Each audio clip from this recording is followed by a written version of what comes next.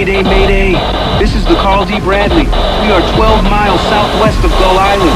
We are breaking into and sinking. Anyone in the area, come to our aid.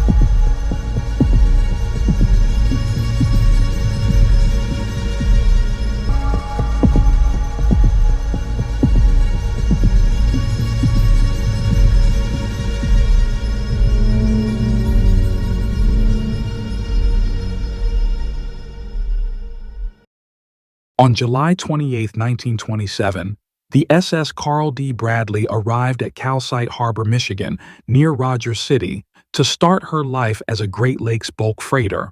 At 639 feet in length, 65 feet in beam, and 30 feet in depth, she was considered state-of-the-art for a Great Lakes freighter and held the honor of being the longest freighter on the Great Lakes for 22 years.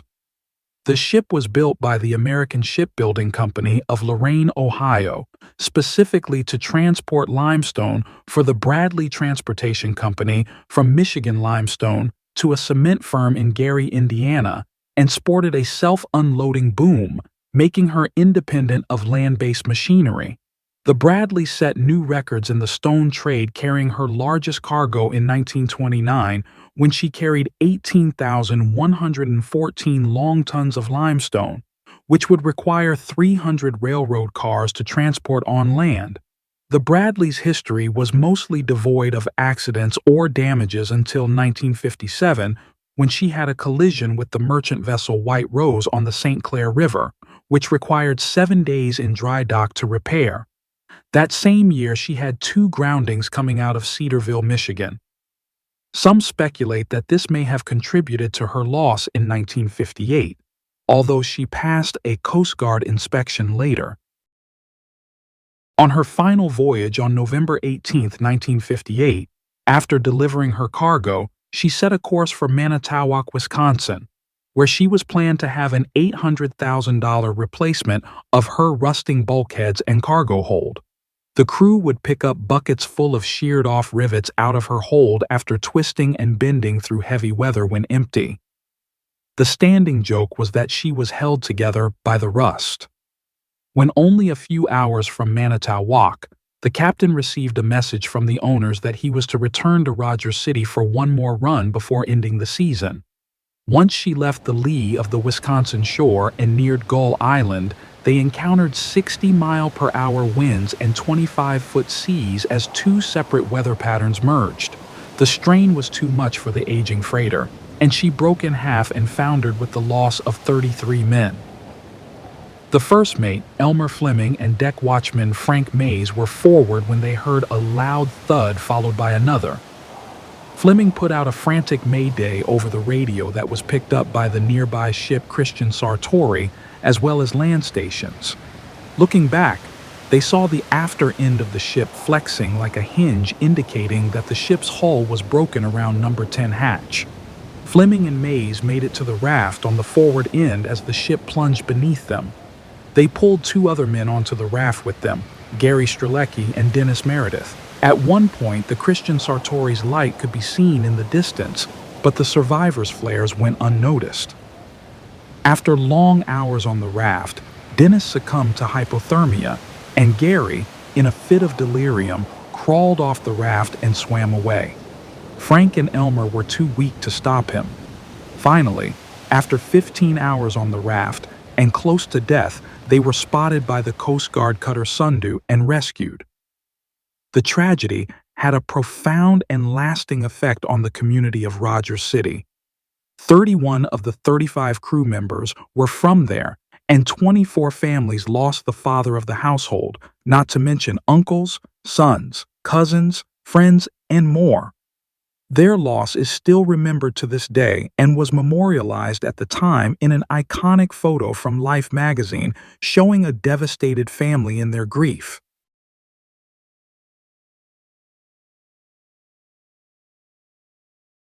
Although the Carl D. Bradley and most of her crew could not be saved despite the best efforts of the Christian Sartori and the Coast Guard, 19 years earlier, the Bradley was a savior to two other very fortunate men in a story that is not well known. Dennis Dougherty, the grandson of one of the survivors, Jerry Neville, describes the story that his grandfather told him about the rescue. In 1939, in a November gale, Gramps Gerald Neville was on the Badger State. And the Badger State was an old tug, as I recall Gramps saying, and needed a lot of work and repairs, but they had to take it from Alpena to Chicago. And Gramps said to the captain, who was a captain on the Mississippi boats, that we better not go out in this gale and hold up at the Straits of Mackinac. The captain didn't think that was going to be an issue and said, we can do it. So Gramps needed the money. It was during the Depression or towards the end of the Depression. And he said he basically had everything he owned in a little suitcase. I remember him talking about it. Anyway, so he got out into Lake Michigan, and they were having a lot of problems with water coming in, and he kept the pumps going. He was the chief engineer on it, or the engineer, and he was very handy with engines and all that stuff. So anyway, he kept the diesel going and the pumps, and despite the waves, I guess some reports where they're over around 20 feet high, and it was just a raging 60-mile-an-hour gale. And eventually said to the captain, I can't keep up with it. And so he convinced the captain to put out a flare. And Captain Pierce on the Carl D. Bradley said that he saw a flare off and they turned the ship towards it. And they moved in towards where the Badger State was floundering, and asked the captain if they wanted to take a line. And the captain said, no, I think we're okay right now. And so the Carl D. Bradley stayed alongside him for a little while and realized that they couldn't stay there any longer unless they got a line on them and start moving out of there. They didn't want to get too close to the shoal that was coming up. I think it was Cathead Point or something. So basically, the captain agreed on the Badger State, Captain Oiling, to take on a line. And Gramps, in the meantime, took his little suitcase, he told me, and put it underneath the tarp on the lifeboat that was on the back of the tug. And apparently there was a little raft on the front of the tug. So anyway, later on when it got really bad, Gramps cut the lashings on the tarp so he could get into it if he had to, and loosen up the lines, and he prepared the lifeboat to go over if he needed it to get off the boat. Anyway, when he told me that he made a dash for it, he lunged out and grabbed it as it slid off the back as the Badger State was sinking, and went into the high seas. He said it was so rough he could not crawl up into it. My grandfather was a very agile guy, but he said he could not get into that lifeboat. So he held on, and the Carl D. Bradley turned around in the heavy seas and came back looking for him and whoever else might be out there. The deckhand ended up getting on the little raft and riding that out, and the captain came out and apparently tried to make a lunge also for the lifeboat, but didn't make it. I don't know all the details on that. But Gramps didn't have a life jacket on because when he was in knee-deep water in the engine room, he just couldn't move around with that bulky thing. So he was running around down there, keeping that thing afloat. And so when he ended up grabbing onto that life raft, he had no life jacket. The water was about 44 degrees, and from readings I've heard that at 30 minutes you can go unconscious. And so Gramps was in the water about 45 by the time they eventually picked him up. The Carl D. Bradley came up alongside him and spotted the life raft, and I don't think they saw him immediately because he was hanging on to the back end of it. And then when they did, somebody yelled out, there's a guy on here. They started throwing lines. I think they threw the ladder over. And my grandfather knew a lot about how to survive out in the sea. I mean, he's been through a lot of things over the 50 or so years he sailed as a kid.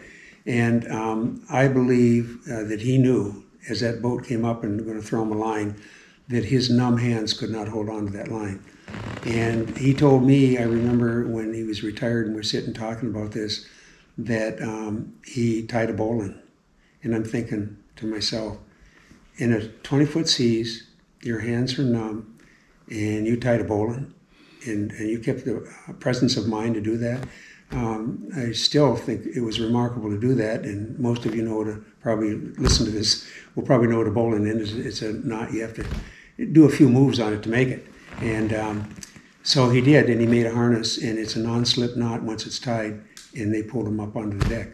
And so I always wondered about that. You know, I hadn't seen it anywhere else in print, but I just wondered how many of us would have that presence. And not only that, the skill to do it and the will to do it when you're numb.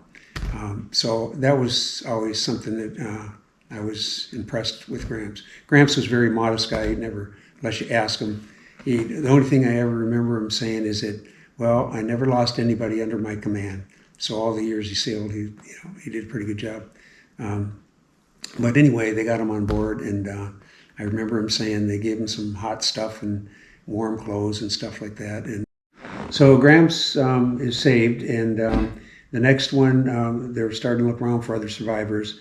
The deckhand was able to grab on or hop onto a raft that was on the front of the boat, and it washed off, and he held onto it. The captain had a life jacket on, but couldn't get onto either one and was washed overboard. They picked up Chris Hansen, the deckhand. Apparently a wave was so high it brought him right up to the ladder. He grabbed the ladder and they pulled the ladder up, so he didn't have to worry about tying a knot or whatever. And I'm sure he was cold, but if he was on the raft instead of in the water like Gramps, he probably wasn't as, let's say, chilled or whatever and numb. Who knows? The captain, they did see him. The Carl D. Bradley tried to get a line on him, but they threw a line in. The captain would grab it but couldn't hold on to it. And they said he appeared extremely exhausted and drifted off.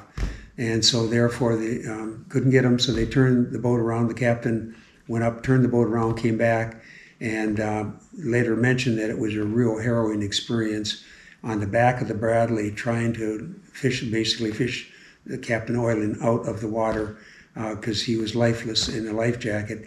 And the men finally did it. I don't know how they did it because they had to probably hook up loops and whatever to get him, on board. But they did get the captain, and then they headed. I think they went to Calcite or whatever their destination was, and the body was taken off at that point. And Gramps and Chris, the other deckhand, were able to go back home to.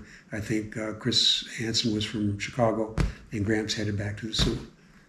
Next morning, my mother was going to school. She was in the Sioux. They lived at Dollar Settlement, but she was boarding in the Sioux, and she was about to go out the door and heard on the radio that the Carl D. Bradley picked up a couple of survivors off the Badger State. And the lady that owned the place, she turned the radio off immediately, and Mom stopped and said, "Turn that radio back on. My dad's on that ship." And so anyway, she did, and Mom didn't know, I don't think, till that evening when Gramps could call that her dad made it. My aunt Geraldine Neville, Osmer, wrote the story about Gramps' tug going down, and she called it Doomsday Postponed because 19 years after my grandfather's tug went down just off of Beaver Island, the Carl D. Bradley broke up in the same vicinity and also went down. So there's kind of an irony here about the one ship went down, 2 survivors. 19 years later, the Carl D. Bradley goes down, 2 survivors. And so it's kind of, it had a long life, the Carl D. Bradley. And basically, I guess that's about all I would have to say on it, is that it was something that it affected our family, and that Captain Pierce and the crew of the Carl D. Bradley saved my grandfather and Chris Hansen. And our families, as a result of that, were very fortunate. Now, there's a picture of the Carl D. Bradley that I believe this was sent to my grandfather by Captain Pierce. And as you can see here, basically, it's a big old lake freighter. At the time, it wasn't that old. I think it was considered the pride of the fleet and the biggest, I guess, one on the Great Lakes for a while. I'm not sure. And so basically, and any questions? He rode on it? Oh yeah, Gramps rode on. Gramps had a habit. He said, you won't know who did this or what happened years later. So in pencil, he has little notes about. He said this was some storm that this ship picked me up in, and so basically, we always saw this hanging on the wall at Gramps' house. This particular photo. So Clearly, Jerry Neville and Chris Hansen of the Tug Badger State owe their lives to Captain Pierce and the crew of the Bradley. It is no small task to turn around the largest freighter on the lakes at the time in mountainous seas and 60-mile-per-hour winds and then pluck men out of the water in the dark. A remarkable feat of seamanship and persistence. Jerry and Chris's strength and will to persevere also contributed greatly to their survival. Even though Captain Oiling could not be saved before he succumbed to hypothermia, extraordinary effort was exhibited in the recovery of his body so that his family could have closure. It is an ironic tragedy that the Bradley would then meet her fate on November 18, 1958, less than 20 miles away from the site of the Badger State sinking. Again, men struggling against the merciless elements with only 2 surviving out of a crew of 35 and the majority of the crew lost was from the town of Rogers City, a loss that is still felt to this day.